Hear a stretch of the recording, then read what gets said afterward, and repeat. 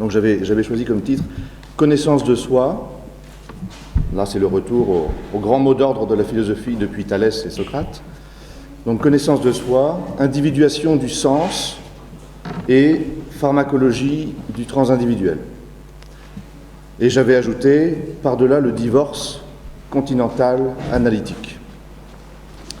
Alors, en accord avec Bernard, et comme vous l'indique mon titre, je ne vais pas vous faire un exposé sur Simondon. Ça étonnera certains. Je ne développerai pas non plus un propos sur l'un des autres grands philosophes qui ont eu un impact sur moi et dont j'avais eu l'occasion de parler ici ou là, soit dans mes livres, soit dans des articles que je consacrais à l'un d'entre eux. Je pense notamment à Edmund Husserl, Martin Heidegger, Ludwig Wittgenstein, très important pour moi, Gaston Bachelard et Bernard Stiegler. Aujourd'hui, donc, je ne pratiquerai pas l'exégèse que j'ai l'habitude de pratiquer. Bien sûr, j'aurai l'occasion de parler de certains d'entre eux. J'aurai l'occasion de parler, par exemple, de Wittgenstein. J'aurai l'occasion de parler de Bachelard ou de Bernard Stiegler. Cependant, je voudrais surtout vous dire aujourd'hui ce qu'est à mes yeux la philosophie. Et cela en rapport avec la journée de demain, puisque Bernard posera demain la question de savoir pourquoi faire de la philosophie aujourd'hui. À cette occasion, donc, il s'agira pour moi de reprendre un projet très personnel et très ambitieux, certes aussi, dont j'avais donné le programme en 2005, dans mon deuxième livre, qui s'intitule « Penser la connaissance et la technique après Simondon ». Et dans un article en 2010, dans les cahiers Simondon numéro 2, j'avais repris ce programme personnel de façon plus pédagogique et plus synthétique. Et cet article s'intitulait, lui, « Penser après Simondon et par-delà Deleuze ». Bernard et moi aussi, nous tentons de penser après Simondon et par-delà Deleuze. C'est ce qui nous caractérise. Alors, ce projet personnel ou ce programme, je l'avais appelé en 2005 le système global mais ouvert. Ce n'est pas un système du savoir. Donc le système global mais ouvert de la relativité philosophique, qui n'est pas un relativisme, mais qui est une relativité philosophique. Alors dans un article qui paraîtra bientôt, et qui s'intitule « Individuation and Knowledge, the question of the refutation of idealism in the French heritage of Simondon », dans cet article, j'ai rapidement évoqué à nouveau ce programme, en dialoguant, cette fois-ci de manière centrale, avec Bernard. Comme certains d'entre vous le savent, mon dialogue avec Bernard, mon dialogue philosophique avec Bernard, possède une particularité étrange. Ce dialogue ne consiste pas pour moi à discuter certaines thèses de Bernard. Ce dialogue consiste à suggérer que, dans la mesure même où les thèses de Bernard sont vraies, dans cette mesure même, elles sont la traduction seconde mais adéquate d'un autre discours qui n'a pas encore été écrit et qui doit venir en premier, et qui serait le discours de la relativité philosophique. Ce discours de la relativité philosophique qui doit venir en premier et qui n'a pas été écrit encore, c'est le discours de la connaissance de soi, comme connaissance de l'individu philosophant par lui-même, et qui se traduirait secondairement et de manière adéquate à travers le discours de Simondon et de Bernard. Alors, on pourrait dire que la relativité philosophique propose une simple connaissance de soi-même, une simple connaissance de soi, mais qui permettrait d'avoir ensuite un système global, par des systèmes de traduction seconde. La différence entre la relativité philosophique et, je crois, toute l'attitude traditionnelle des philosophes, depuis 2500 ans, la différence serait que, au lieu de prétendre savoir quelque chose, en manipulant des significations à travers les mots et en visant des réalités grâce à ces mots, au lieu de faire cela, comme tous les philosophes l'ont toujours fait, l'individu philosophant considérerait le sens contenu dans les mots comme ce qui est en train de le faire lui, de s'individuer en lui, Autrement dit, au lieu d'utiliser des mots pour viser des réalités et avoir la prétention de les connaître, il s'agirait d'éclater les mots pour montrer qu'ils ont plusieurs dimensions, chaque signification a plusieurs dimensions, et dans la mesure même où elle a plusieurs dimensions, elle ne se réduit jamais à la seule dimension de l'objet de connaissance. Et puisqu'elle n'est pas objet de connaissance, cette signification peut s'individuer en moi et me faire, parce que l'individu philosophant a pour but de se penser dans sa finitude. C'est-à-dire, il a pour priorité ici de penser qu'il n'est pas sa propre origine. Alors, comme je le disais, le discours de l'ontologie génétique de Simondon et de Bernard serait la traduction seconde adéquate de ce premier discours, qui lui n'est pas une connaissance de quoi que ce soit, sauf de soi-même, comme fait par le sens. Par ailleurs, je ne reviendrai pas aujourd'hui sur les différences qui existent entre la pensée de l'individuation chez Bernard et la pensée de l'individuation chez Simondon. J'en ai souvent parlé dans mes livres ou dans des articles, donc je ne reviendrai pas sur ce point. Alors, je souhaite simplement, finalement, vous introduire à un questionnement qui serait nouveau en philosophie, mais qui possède des précurseurs, notamment le dernier Wittgenstein, le Wittgenstein de Über Gewissheit, Uncertainty, en français donc de la certitude. Et je conclurai en évoquant la question de la philosophie comme pensée des paradoxes. La philosophie comme pensée des paradoxes, à l'intérieur de laquelle s'inscrit la pharmacologie du transindividuel de Bernard. Alors, j'entame ma première partie. Vous savez que depuis un siècle, la philosophie occidentale est tragiquement divisée en deux traditions. Et ces deux traditions ont largement tendance à s'ignorer complètement. La première est appelée continentale. Elle a 2500 ans d'histoire. La seconde, qui est dite analytique, n'a qu'un seul siècle d'existence.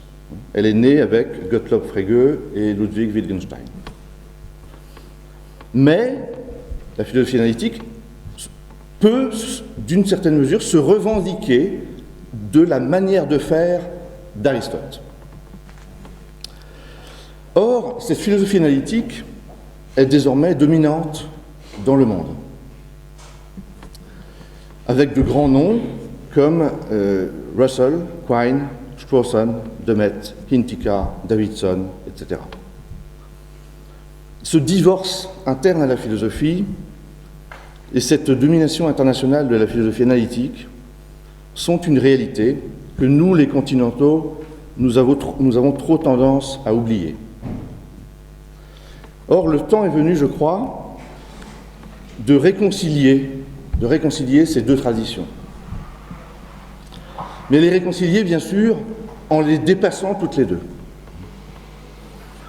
Ou plutôt en leur permettant de se dépasser elles-mêmes. De se dépasser elles-mêmes grâce à ce qu'elles contiennent d'auto-transcendant. Dans leur fondation même. Dès leur fondation, il y a en elles quelque chose qui leur permettrait aujourd'hui de se dépasser. Chez Thalès et Socrate d'un côté, chez Frege et Wittgenstein de l'autre.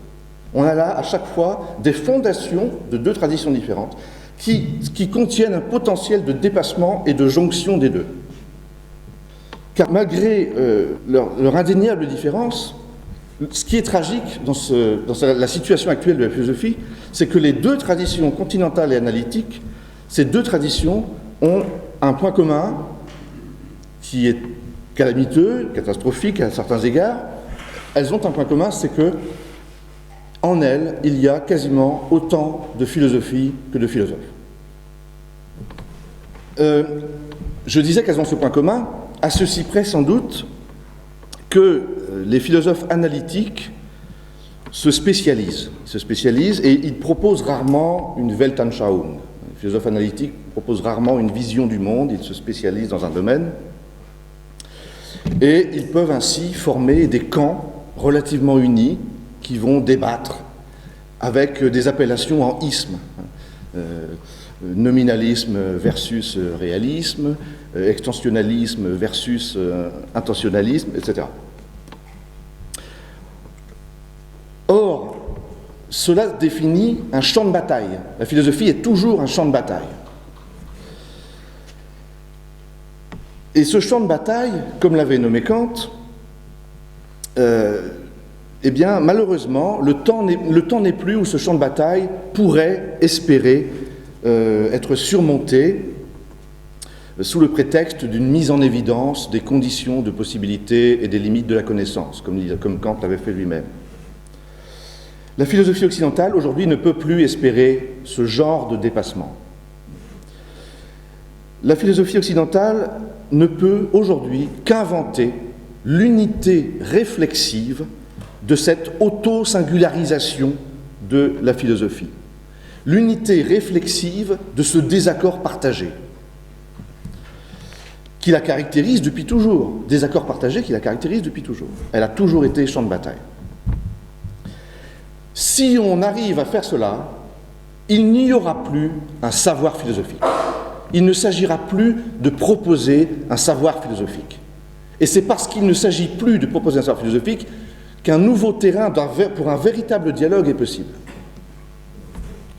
C'est ce que je voudrais essayer de préciser d'ailleurs.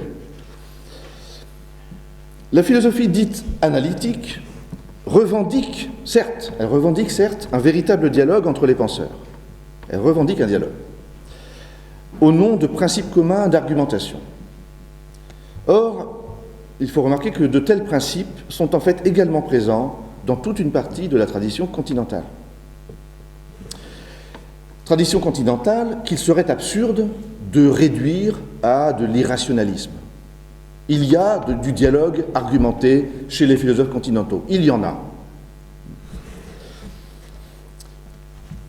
Autrement dit, la capacité des philosophes analytiques au dialogue tient en fait davantage, ou vient en fait davantage d'une sorte de tournure d'esprit anglo-saxonne, une sorte de mentalité anglo-saxonne, en vertu de laquelle la philosophie analytique peut d'ailleurs parfois, de manière très excessive, elle peut d'ailleurs parfois décider du jour au lendemain de dialoguer collectivement à propos d'un seul article récemment paru qu'il faudra considérer comme étant décisif. En outre et surtout, la tournure d'esprit anglo-saxonne de la philosophie analytique n'est pas étrangère à l'idée que le savoir serait possible en philosophie. Les analytiques croient que le savoir est possible en philosophie. Ils y croient en précisant que pour cela, il faudrait faire preuve de patience et de modestie au niveau de la visée, au niveau des buts. Les buts qui, de ce fait, devraient eux-mêmes être analytiques, comme le serait leur moyen. Mais je crois qu'il y a là une illusion dont témoigne le caractère éphémère et réversible du prétendu apport décisif d'un article. Et cette illusion était déjà celle de Bergson, malgré la différence des motifs. Je m'explique ici. Que l'on s'appuie sur le dialogue argumenté, comme les analytiques le font, ou bien que l'on s'appuie sur l'expérience, comme Bergson le faisait, à chaque fois, ce qui est visé, c'est une scientificité par approximation croissante. Or, cette scientificité par approximation croissante, elle est déjà la grande affaire des sciences de la nature, les plus exactes même. C'est déjà leur affaire. Et la philosophie ne se met à espérer une telle scientificité par approximation croissante, elle ne se met à espérer cela que parce qu'elle ne sait pas encore comment se réinventer après un échec de quoi? Un échec de l'apodicticité. Elle veut passer à l'approximation croissante parce qu'elle constate que l'apodictique a échoué. Mais l'approximation croissante est autant l'affaire des sciences exactes que l'apodictique. La philosophie a autre chose à faire. Il existe donc une autre voie que celle de l'apodicticité ou de l'approximation croissante. C'est parce que ces deux voies traditionnelles sont caractéristiques des sciences exactes. Et la philosophie doit avoir une autre tâche que celle des sciences. Je précise à ce propos que si l'approximation croissante et l'apodicticité sont deux voies différentes qui, malgré tout, sont toutes les deux l'affaire des sciences, c'est parce que les sciences de la nature sont mathématisées. L'apodicticité, c'est le problème des mathématiques, comme science des relations. Or, les mathématiques ne sont pas seulement une science, elles sont un instrument pur. Elles sont de la technique virtuelle. Pas de la technique du virtuel, de la technique virtuelle. Et elles sont l'instrument pur pour les sciences de la nature. C'est ce qui fait que l'apodicticité, la recherche d'apodicticité et la recherche d'approximation croissante sont indissociables. Tout cela, c'est l'affaire de la science. Et la philosophie doit trouver autre chose à faire. Alors l'autre voie que je voulais proposer, donc, c'est le connais-toi toi-même. Redonner un nouveau sens au connais-toi toi-même. Et ce nouveau sens que je donnerais au connais-toi toi-même, il aurait pour caractéristique de se construire, ce nouveau sens, de se construire à partir d'une compréhension de ce qu'est l'approximation croissante propre aux sciences de la nature. Et par différence avec cette approximation croissante. C'est pourquoi il faut aujourd'hui penser les conditions de décentrement mathématico-technique ou mathématico-instrumental du sujet connaissant des sciences. Il faut penser cela pour pouvoir savoir ce que le philosophe a à faire. Pour lui dire ici en quelques mots, ce qu'on appelle l'objectivité de la physique comme science. L'objectivité de la physique. Cette objectivité, en tant qu'elle met face à face le sujet connaissant et l'objet connu, eh bien cette objectivité, elle conduirait, à cause de ce face à face, elle conduirait à rendre le sujet originaire, puisqu'il est face à l'objet, l'objet ne le fait pas, donc elle conduirait à rendre le sujet originaire si le sujet ne se décentrait pas. Il se décentre, en physique, le sujet connaissant se décentre par les instruments mathématiques et techniques. Et c'est parce qu'il se décentre qu'il peut ne pas s'auto-absolutiser à son insu. S'il ne se décentrait pas, s'il ne se reconstruisait pas par le décentrement technique, il s'auto-absolutiserait à son insu puisqu'il est en train d'objectiver le réel, c'est-à-dire de poser le réel comme quelque chose qui ne le fait pas au moment où il le pense.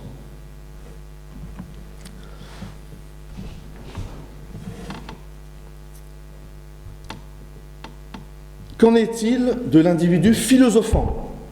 J'ai parlé du sujet connaissant. Qu'en est-il de l'individu philosophant ?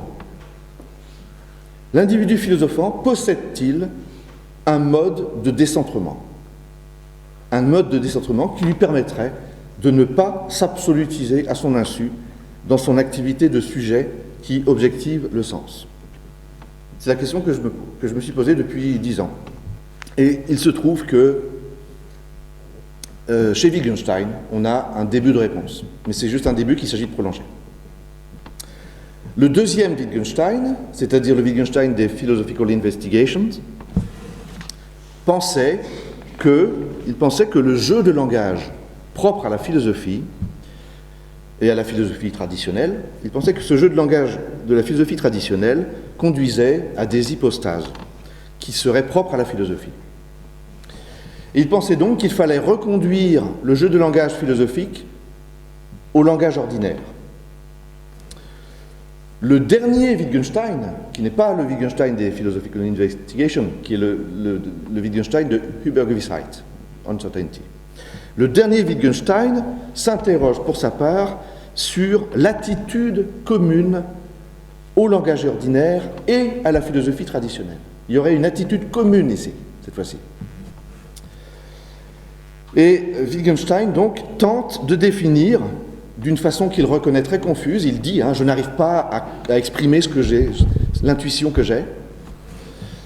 il tente de définir ce qui serait l'impensé de cette attitude commune aux philosophes traditionnels et à l'homme du langage ordinaire. Il prend des exemples. Il prend des exemples très simples, comme par exemple la phrase « je sais qu'il y a une feuille devant moi ». Examinons cette phrase. « Je sais qu'il y a une feuille devant moi ». Cette phrase, elle appartient autant au langage ordinaire, au moins autant au langage ordinaire qu'au jeu de langage philosophique. Cette prédication, c'est une prédication cette phrase, cette prédication consiste, puisqu'elle dit « je sais qu'il y a une feuille devant moi », elle consiste à objectiver des significations, par exemple feuille, la signification feuille, elle a été objectivée, donc elle consiste à objectiver des significations pour dire le réel à travers ces significations. Pour dire le réel, grâce aux significations qui sont dans les mots, j'ai besoin d'objectiver la signification comme égalée au réel. Comme si le sens n'était pas ce qui s'individue en moi. Quand je dis « je sais qu'il y a une feuille devant moi », je présuppose à mon insu que le sens que je manipule ne me fait pas, puisque je dis le réel en objectivant les significations. Il est donc d'autant plus légitime de dire que jusqu'ici, les philosophes, et pas seulement les hommes du langage ordinaire, jusqu'ici les philosophes, dans leur pratique des significations, et quelle que soit leur thèse, se sont absolutisés à leur insu, comme l'homme du langage ordinaire. Ils ont fait comme dans cette phrase. Je sais qu'il y a une feuille devant moi. Ça, c'est la phrase du langage ordinaire où on s'auto-absolutise, à son insu, bien sûr. Les philosophes ont fait la même chose. Or, puisque le philosophe n'a rien pour se décentrer, il n'a aucun moyen pour se décentrer, il est condamné à s'auto-absolutiser. Et moi-même, en ce moment, je fais des phrases qui m'auto-absolutisent. Donc il va falloir construire le moyen pour contourner cette condamnation. C'est ce que j'appelle la structure d'oubli de la finitude. La finitude, la non-originalité qui nous caractérise, elle est condamnée à s'oublier. Elle est condamnée à se nier dans une auto-absolutisation. En ce moment même, je m'auto-absolutise. Et j'ai essayé de construire, je vais vous donner juste quelques aperçus, essayer de construire une pensée qui permet malgré tout, malgré ce cercle vicieux, de penser la finitude. Alors j'ajoute que sur cette question du décentrement, qui est cruciale pour moi, il faudrait dire dans quelle mesure le décentrement du sujet connaissant est présent non seulement en physique, mais dans toutes les sciences, selon des degrés divers, selon des modes divers de décentrement. Aucune science ne peut se construire sans un mode de décentrement.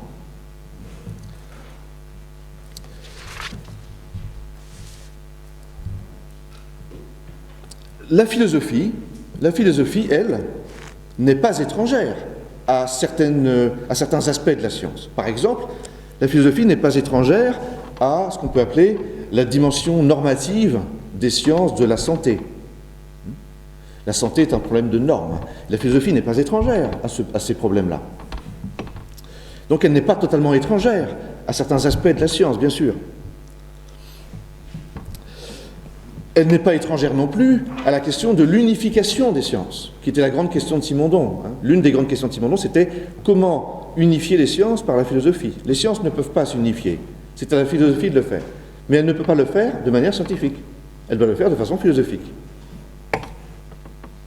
Donc la philosophie n'est pas étrangère à toutes ces questions qui concernent les sciences. Mais la philosophie se révèle dépourvue de mode de décentrement. Donc elle est condamnée, pour cette raison, la philosophie est condamnée à viser autre chose qu'un savoir. Elle doit viser autre chose qu'un savoir. Sous peine, parce que si elle visait un savoir, elle conduirait l'individu philosophant à s'auto-absolutiser. Ce qui garantit l'objectivité des sciences, c'est-à-dire le décentrement, eh bien c'est cela même aussi c'est ceux-là même qui protègent le sujet connaissant de s'absolutiser à son insu. En science, je me décentre, techniquement, et ainsi je connais objectivement le réel. Et en même temps, grâce à cela, je ne m'absolutise pas. Les deux sont liés. En philosophie, je n'ai pas de décentrement. Comment vais-je donc être objectif sur le réel? Et en même temps, comment vais-je ne pas m'absolutiser? Tel est le point fondamental dont procédera ma décision de méthode, ma décision méthodologique pour construire la relativité philosophique. Comme pensée, la relativité philosophique comme pensée de l'individuation du sens en moi. Il s'agira, telle est la méthode, il s'agira d'éclater en plusieurs dimensions chaque signification que je manipule. Si je dis feuille, si je dis concept, si je dis design, si je dis arbre, si je dis table, j'éclate la signification en plusieurs dimensions. Elle ne se réduit plus à la seule dimension de l'objet de connaissance. Et dans cette mesure même, le sens n'est pas là devant. Il est en train de me faire au moment où je le pense. La philosophie occidentale, n'ayant pas explicitement posé la question du rapport de l'individu philosophant aux significations qu'il manipule, ou bien ne l'ayant fait que selon le linguistic turn de la philosophie analytique, eh bien, elle n'a pas su de ce fait se démarquer d'une tâche de connaissance. Elle n'a pas su se distinguer clairement d'une tâche de connaissance. Parce que seul le linguistic turn de la philosophie analytique a tenté de penser le problème des significations. Mais le linguistic turn de la philosophie analytique a pensé ce problème-là d'une façon qui est totalement inadéquate pour sortir de la prétention à la connaissance.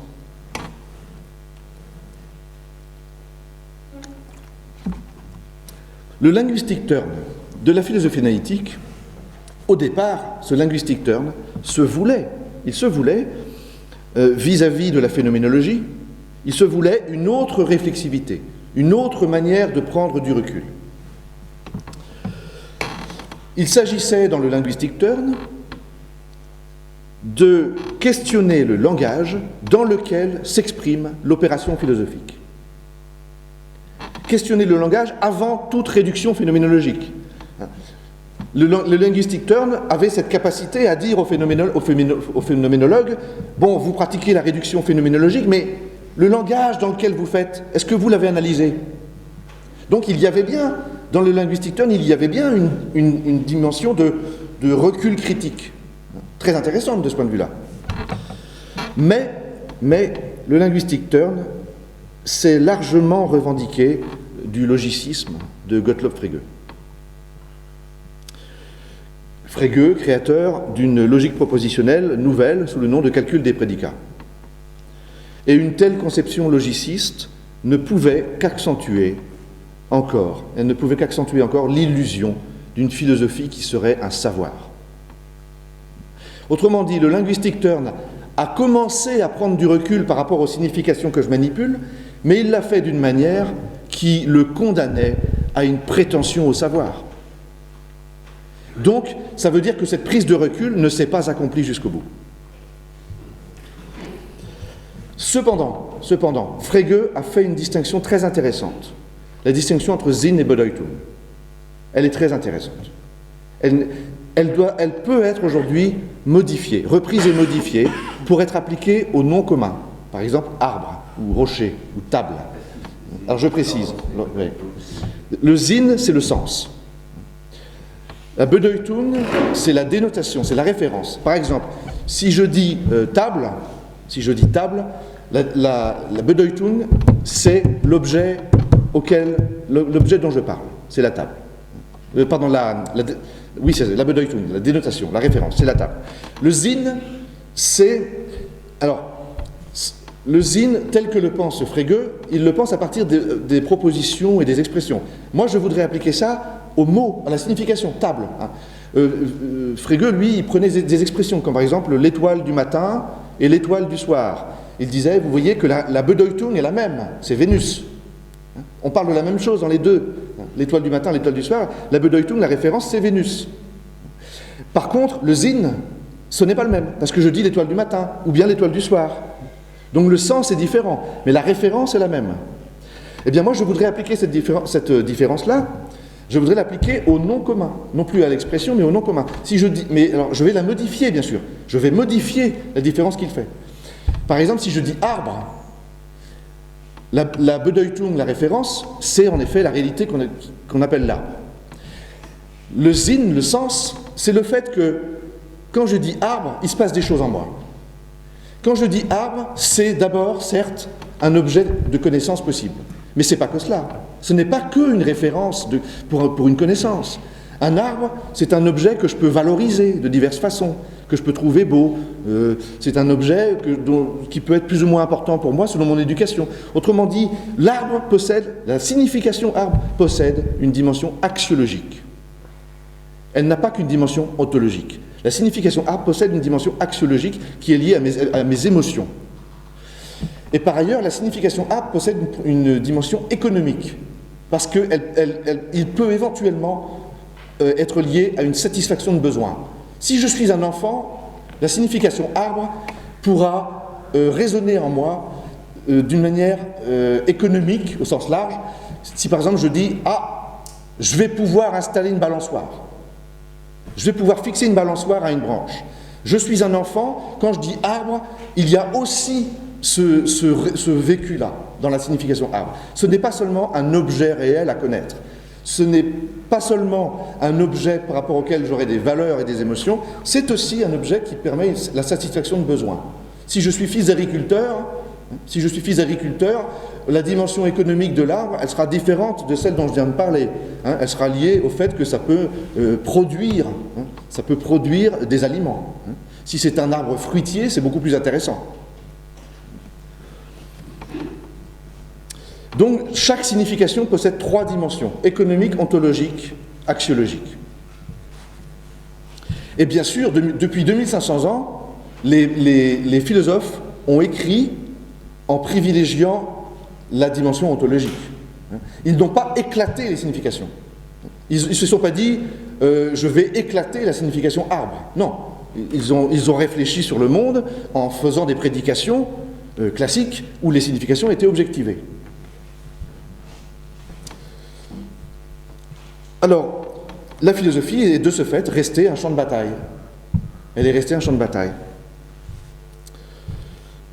La conséquence, aujourd'hui, la conséquence de cette situation, c'est que nous sommes à l'époque où les sciences cognitives sont en train de ronger le terrain de la philosophie. Parce que la philosophie n'est pas sortie, elle n'a pas réussi à sortir de la prétention au savoir. Or, les sciences cognitives aujourd'hui, qu'est-ce qu'elles parviennent à faire? Les sciences cognitives aujourd'hui parviennent à montrer que nos facultés, mémoire, imagination, perception, elles parviennent à montrer que nos facultés sont en relation d'interpénétration. L'émotion, par exemple, aujourd'hui, les sciences cognitives montrent que l'émotion est un moteur pour la connaissance. Autrement dit, les sciences cognitives arrivent à penser l'interpénétration entre nos facultés, et la philosophie, de ce fait, puisque la philosophie, elle, n'a pas encore inventé son éclatement des dimensions, elle n'a pas encore inventé ce qui permet de contrebalancer la compréhension de l'interpénétration. C'est-à-dire que aujourd'hui, on pourrait avoir une complémentarité parfaite entre science et philosophie. La science est tellement avancée qu'elle réussit à montrer que nos facultés s'interpénètrent. Le philosophe, lui, pourrait montrer que symétriquement, mais pas contradictoirement, symétriquement, complémentairement, chaque signification possède plusieurs dimensions. Et ces dimensions du sens sont à la fois irréductibles les unes aux autres, je ne peux pas réduire une dimension à l'autre, mais en même temps, elles sont en interpénétration, bien sûr aussi, elles sont constitutives les unes des autres. Donc la philosophie peut aujourd'hui inventer une autre pratique du langage pour un autre problème que celui de savoir des choses. Il ne s'agit pas de savoir des choses sur le réel, il s'agit de penser le sens qui est en train de me faire. Et la science, elle, connaît le réel en objectivant les significations. Et en faisant cela, elle montre que nos facultés s'interpénètrent. Les domaines, ce qu'on appelle les domaines de la philosophie, ontologie, morale, esthétique, etc., Ces domaines, je crois, aujourd'hui, ne peuvent plus être posés a priori. On ne peut pas dire il y a la morale, il y a l'ontologie. Les domaines doivent sortir de l'éclatement des significations. La philosophie, jusqu'à présent, a toujours voulu de grands systèmes qui traitaient tous les grands problèmes, les problèmes de la morale, les problèmes de l'ontologie, etc., en présupposant qu'il existe des domaines comme ça. Non, il n'y a pas de domaine donné a priori. On peut construire un système global aujourd'hui, mais pas en posant des domaines comme ça et pas en voulant savoir. On peut construire un système global en prenant les mots table, concept, Dasein, et en les éclatant. Et si on obtient différentes dimensions du sens, on a d'emblée les différents domaines de la philosophie. C'est un éclatement qui permet une globalité immédiate, mais pas dans une démarche de savoir. Par là même, cette connaissance de soi philosophique, qui est prise en un nouveau sens ici, bien sûr, cette connaissance de soi philosophique ne serait que le discours premier, la problématique première, et ensuite, on pourrait traduire ce discours dans chacune des dimensions du sens qui auront été dégagées. J'éclate les significations, je dégage les grandes dimensions du sens, et ensuite je traduis cela dans chacune des dimensions. Je traduis cela dans la dimension ontologique du sens. Je traduis cela dans la dimension économique. Je traduis cela dans la dimension axiologique. Et lorsque je traduis cela dans la dimension ontologique, j'obtiens le discours de Simondon et de Bernard. J'ai annoncé que parmi les trois traductions, il y aurait le discours de Simondon et de Bernard, qui est le discours de l'ontologie génétique, qui est une ontologie qui confirme la finitude, qui montre comment la finitude de l'individu philosophant est ontologiquement possible. J'ai commencé par penser ma propre finitude en éclatant les significations, et ensuite, quand je traduis ça en ontologie génétique, j'ai l'explication ontologique du fait qu'en effet, je suis bien autre chose que ma propre origine. Pourquoi il y a bien conformité entre l'ontologie génétique de Simondon et de Bernard et la relativité philosophique telle que je la présente? Il y a conformité parce que l'ontologie génétique est philosophie de l'information. C'est la formule même de Simondon.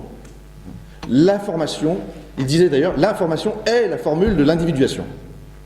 Simondon et Bernard construisent l'ontologie génétique, Bernard dirait généalogique, et il ne dirait pas ontologie, d'ailleurs, de ce fait, il dirait même pas ontogenèse. Simondon préférait ontogenèse à ontologie, puisque l'ontologie génétique, de ce fait, elle consiste à penser l'individuation qui est en train de me faire, bien sûr. Mais il ne l'a pas fait à partir de ma problématique personnelle, propre. Il l'a fait à sa manière, de type ontologique. La pensée donc ontogénétique est philosophie de l'information. Or, l'information est l'une des trois grandes dimensions du sens dégagées par ma problématique première. C'est pourquoi l'ontologie génétique de l'individuation traduit adéquatement l'éclatement premier des significations, puisque l'information était bien l'une des trois dimensions du sens.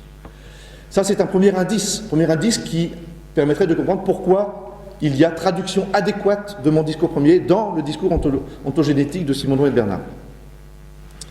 C'est un premier indice, il y a beaucoup d'indices. Si la pensée de Simondon et de Bernard est donc bien celle qui traduit adéquatement la problématique première que je propose,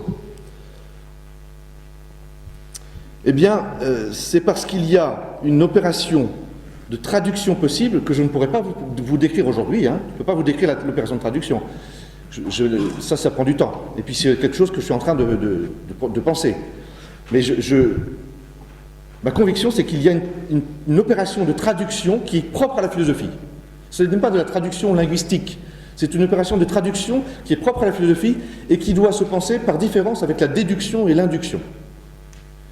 Quant à la transduction de Simondon, elle est parfaitement adéquate dans le domaine ontologique. Mais elle n'est pas ce que moi j'appelle traduction. Parce que la traduction, c'est ce qui fait passer de mon nouveau discours au discours de Simondon. C'est ce qui fait passer d'un discours à l'autre.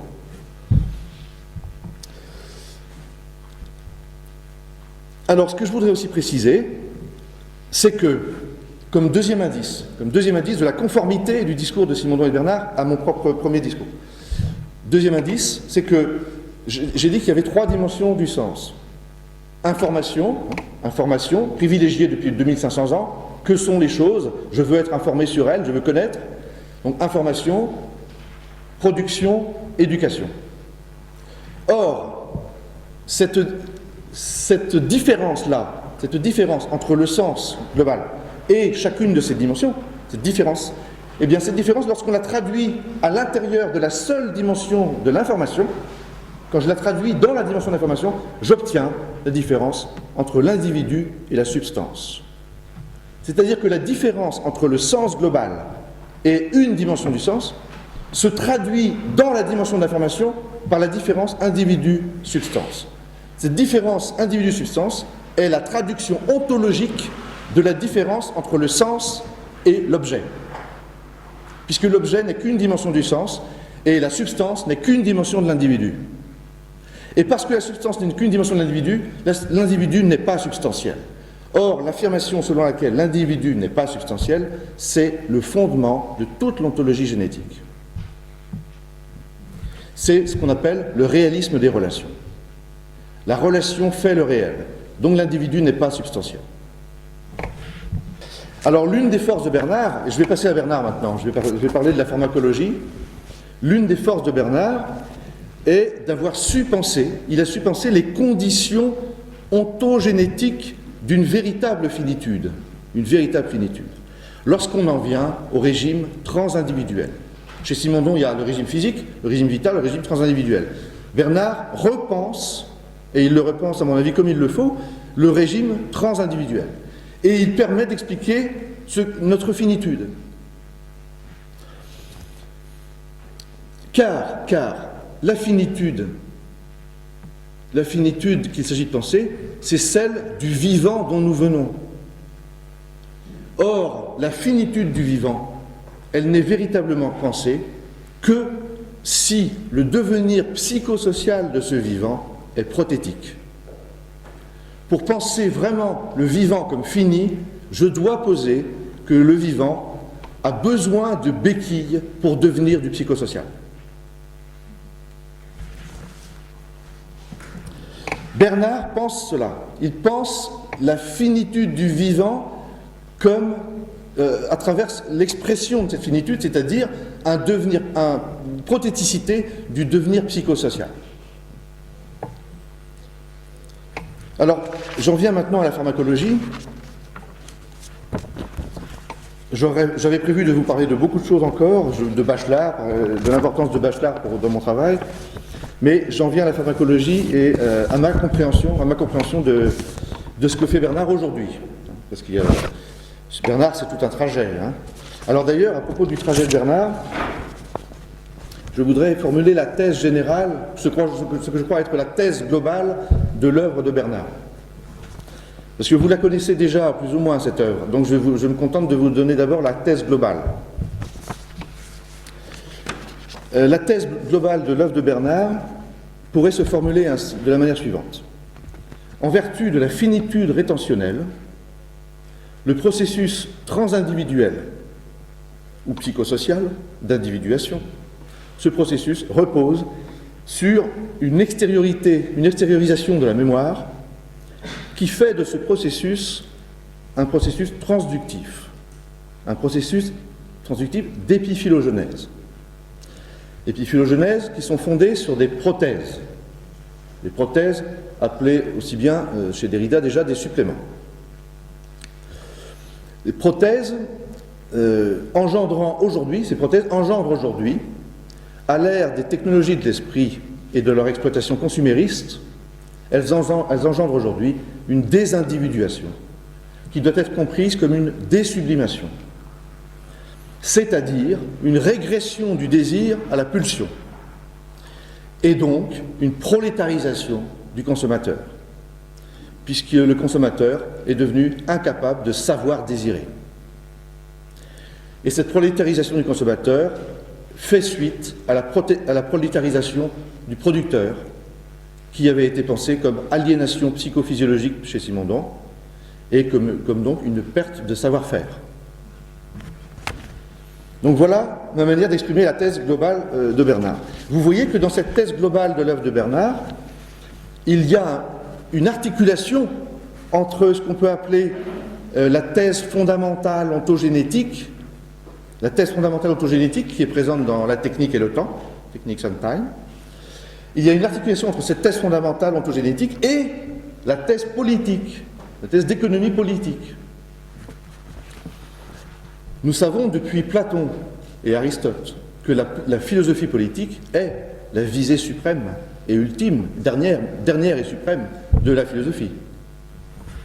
C'est pourquoi d'ailleurs l'efficacité politique d'un texte comme le contrat social, qui a ainsi influencé la Déclaration universelle des droits de l'homme en 1789, l'efficacité politique d'un texte comme du contrat social est à mes yeux suffisante pour considérer Rousseau comme l'un des plus grands philosophes. Or, c'est justement de Rousseau que part Bernard en 2007. En 2007, dans sa préface au livre de Simondon, L'individuation psychique et collective. C'est de Rousseau que part Bernard lorsque Bernard développe une réflexion sur les tendances inhérentes à l'homme, les tendances différentes et conflictuelles, en tension, qui sont dans l'homme. Alors, je cite Bernard, pas la première page, mais la deuxième page de sa préface à Simondon. Bernard écrit ceci: « En fin de compte, poser la question de savoir si l'homme est bon ou mauvais, c'est ne pas comprendre ce qu'est une question philosophique. C'est ne pas comprendre la nécessité de distinguer ce qui est en fait de ce qui est en droit. Et que la liberté tient justement à cette différence, tandis que la philosophie tient à cette liberté. » J'adore cette formule. Et il ajoute, si la philosophie peut faire cette distinction entre le fait et le droit, si la philosophie peut faire cette distinction et sans opposer les termes qui s'y forment, c'est parce que le philosophe pose, à l'origine même de la philosophie, et comme une question fondatrice de toute philosophie, il pose que l'homme n'est ni bon ni mauvais. Il est irréductiblement les deux, il est bon et mauvais. Voilà ce que dit Bernard dans sa préface à Simondon. J'ai choisi ce passage parce qu'il porte sur ce qu'est la philosophie tout au fond. Or, la philosophie y apparaît comme une entreprise réflexive dans laquelle les contraires ne s'opposent pas. Les contraires ne s'opposent pas, mais ils composent. La relation entre les tendances distinctes inhérentes à l'homme, cette relation est une relation transductive, comme l'explique Bernard à la suite de Simondon, au sens où les deux pôles qui sont en tension proviennent du même centre de déphasage. Telle est ce qu'on pourrait appeler l'idée source de la pharmacologie dans son origine simondonienne et non plus déridienne. Il y a une double origine de la pharmacologie. Il y a une origine déridienne, bien sûr, mais il y a aussi une origine possible de simondonienne. Il faut lire les pages du dernier livre de Bernard, il faut lire les pages du livre « Ce qui fait que la vie vaut la peine d'être vécue », les pages sur Derrida, qui pour moi sont très importantes, et de même que les pages sur Heidegger, dans le chapitre intitulé « Pharmacologie de la question ». Vous avez là des pages qui pour moi sont un sommet de la philosophie aujourd'hui. Et l'axe nouveau de Bernard est une théorie de la sublimation.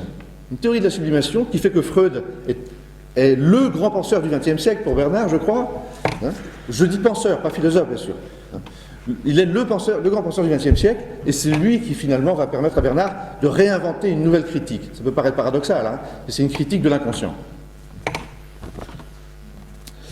À travers une théorie de la sublimation, et une théorie de la sublimation qui va nouer deux choses, la pharmacologie et la critique, au sens de Kant, au sens du criticisme.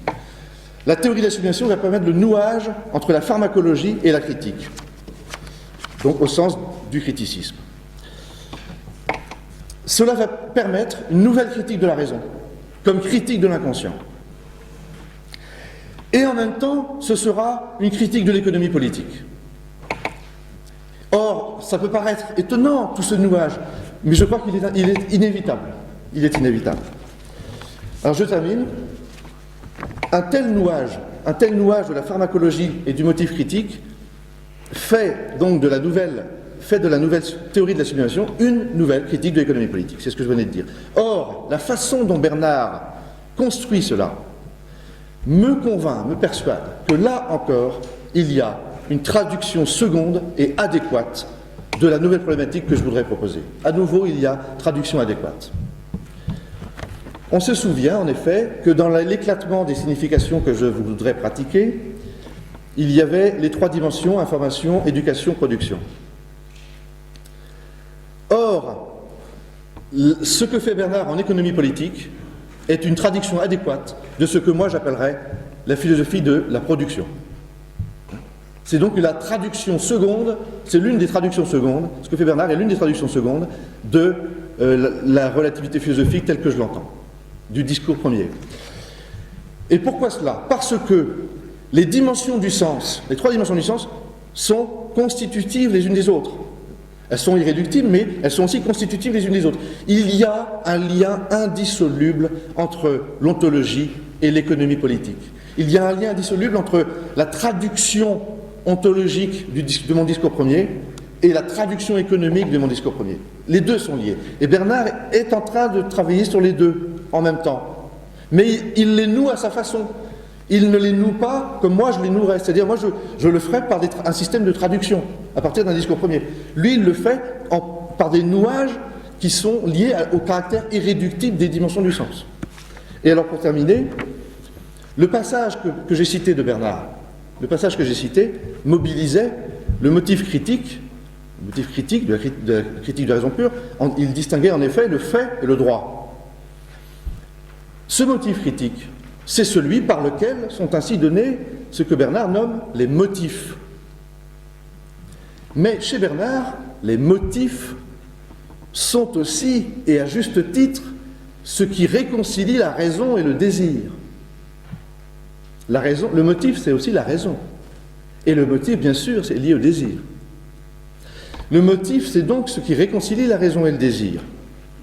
Et c'est pourquoi Bernard précisait que la distinction nécessaire entre le fait et le droit ne peut pas être une opposition.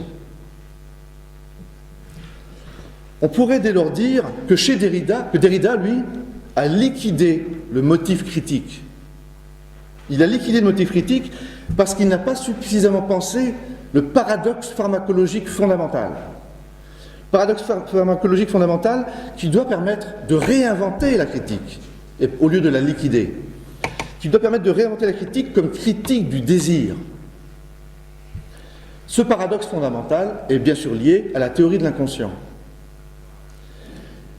C'est le paradoxe selon lequel la raison et le droit, c'est-à-dire l'autonomie, eh bien la raison et le droit, donc l'autonomie, ne survivraient pas à leur opposition au désir et au fait. Ils n'y survivraient pas parce que le désir est cette réalité infinie